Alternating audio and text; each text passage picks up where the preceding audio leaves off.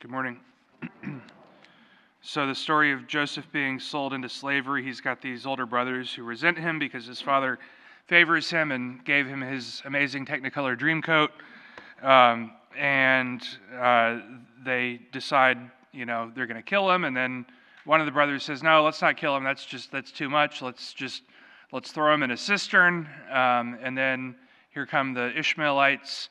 And another brother says, no, let's sell him into slavery, even better.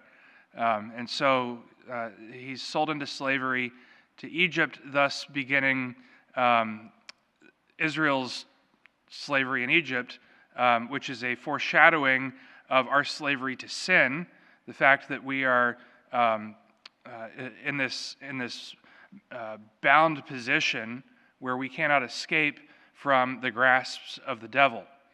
That is, until Christ comes. And so then Jesus in his parable says that, here the prophets have gone and tried to put you guys on the right course. I've sent my servants to you, and you haven't listened. You've put them to death. You've exiled them. So God's going to send his own son, right? And of course, in the parable, they say, oh, this is the heir. Let's seize him so we can take his position, which is exactly what we did in our disobedience in the garden, right? The devil tricks Adam and Eve, and he says, he doesn't want you to eat the fruit of that tree because then you'll be just like him. So let's seize what God has. And then in trying to do so, we fall deeper and deeper and further away from God.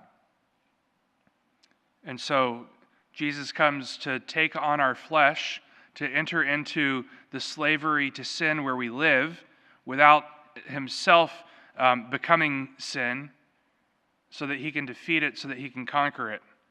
And then so that he can take that vineyard that he has prepared, that vineyard that he has set up, and he can give it to those who will do his will.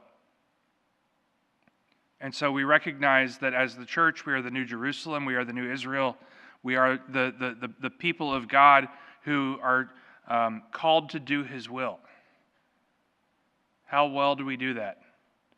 Sometimes we don't do very well. That's why we have confession, which is great because it's Lent, and all sorts of people are reminded of their sinfulness during Lent. We have long confession lines, and both priests sometimes have to hear confession. We recognize that God is merciful. We recognize that God is loving. We recognize that God desires to pull us out of that cistern. He desires to free us from slavery. He desires to come and to rescue us, to heal us, to give us newness of life. But we have to allow him to do so. We have to admit to ourselves that we're in a pit, that we're in a cistern. We have to admit to ourselves that we are enslaved.